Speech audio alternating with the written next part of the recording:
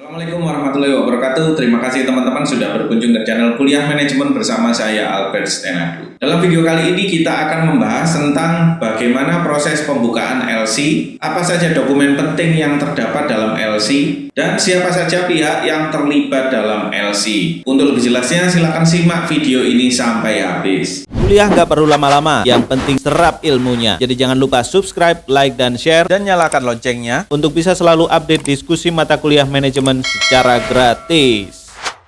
Aplikasi dan pembukaan LC.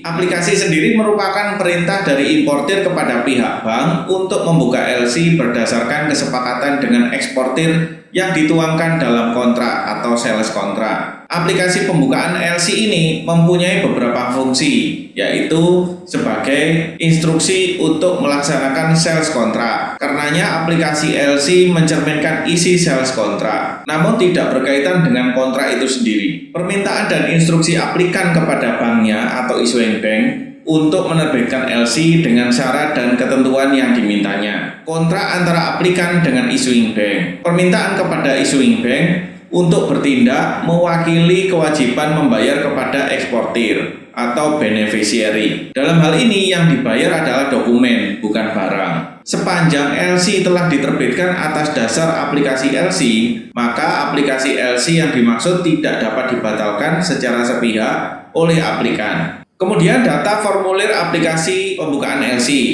Aplikasi LC berisi item dan klausul yang diadopsi dari sales kontrak. Pada gilirannya nanti, data pada aplikasi itu akan dituangkan dalam klausul-klausul LC.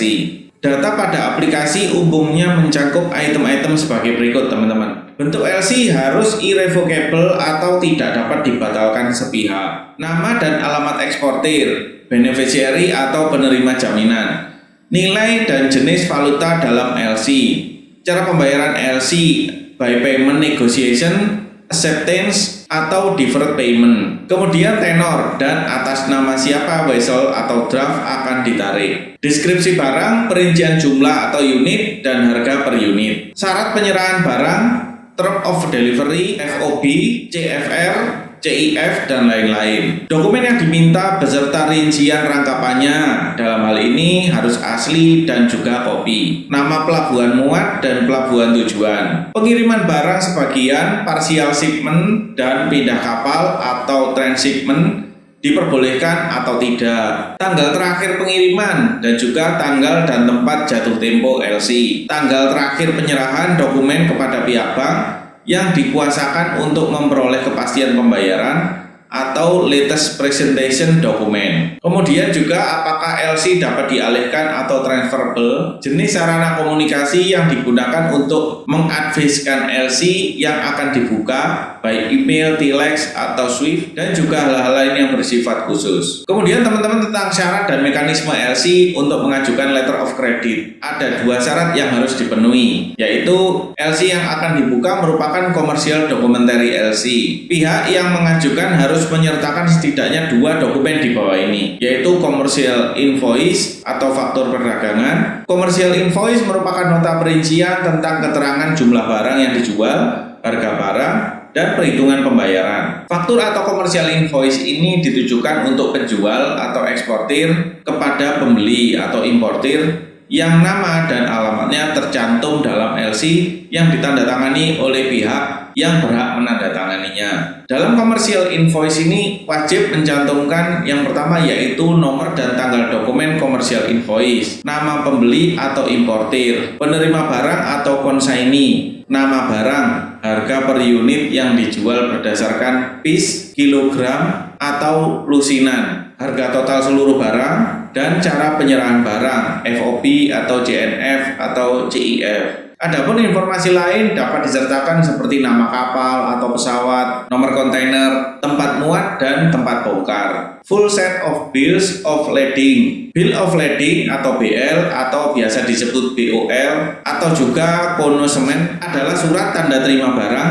yang telah dimuat di dalam kapal laut yang juga merupakan tanda bukti kepemilikan barang serta bukti adanya kontrak atau perjanjian pengangkutan barang melalui laut. Bill of lading atau BL merupakan dokumen pengapalan yang paling penting karena mempunyai sifat jaminan atau pengamanan. Asli BL menunjukkan hak pemilikan atas barang-barang dan tanpa BL, seseorang atau pihak lain yang ditunjuk tidak dapat menerima barang-barang yang disebutkan di dalam BL itu tadi. Selain itu teman-teman, BL juga digunakan sebagai salah satu dokumen pelengkap kepabeanan dalam proses transportasi barang. Penggunaan Bill of Lading atau BL sebagai bagian dari dokumen yang dibutuhkan dalam perdagangan internasional melibatkan berbagai pihak, antara lain shipper atau pihak yang bertindak sebagai beneficiary, consignee atau pihak yang diberitahukan tentang tibanya barang-barang, notify party atau pihak yang ditetapkan dalam letter of credit atau LC yang merupakan salah satu cara pembayaran dalam perdagangan internasional, carrier atau pihak pengangkutan atau perusahaan pelayaran. Kemudian teman-teman, tentang mekanisme untuk LC adalah sebagai berikut. Importir meminta bank devisa dalam hal ini untuk membuka LC untuk dan atas nama pihak eksportir.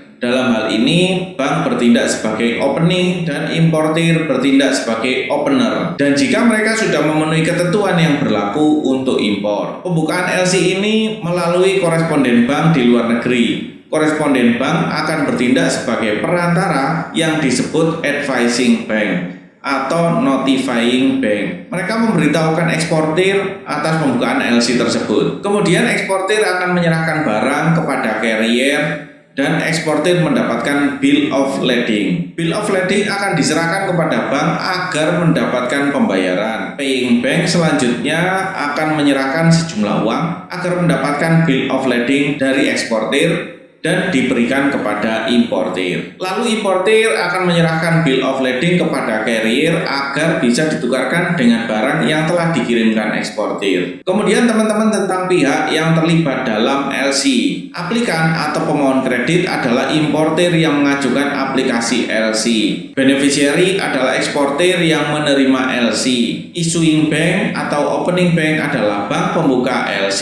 Advising bank adalah bank yang meneruskan LC, yaitu bank koresponden atau agen yang meneruskan LC kepada beneficiary. Dan bank tidak bertanggung jawab atas isinya. Confirming bank adalah bank yang melakukan konfirmasi atas permintaan issuing bank dan menjamin sepenuhnya pembayaran. Paying bank adalah bank yang secara khusus ditunjuk dalam LC untuk melakukan pembayaran dan beneficiary berkewajiban menyerahkan dokumen kepada bank tersebut. Nah, itu tadi teman-teman pembahasan mengenai bagaimana proses pembukaan LC, apa saja dokumen penting yang terdapat dalam LC, dan siapa saja pihak yang terlibat di dalam LC. Jika ada pertanyaan atau saran, silakan tulis di kolom komentar. Bagi teman-teman yang belum subscribe, silakan subscribe biar nggak ketinggalan update terbaru dari kuliah manajemen. Semoga bermanfaat. Terima kasih. Assalamualaikum warahmatullahi wabarakatuh. Kuliah nggak perlu lama-lama, yang penting serap ilmunya. Jadi jangan lupa subscribe, like, dan share, dan nyalakan loncengnya untuk bisa selalu update diskusi mata kuliah manajemen secara gratis.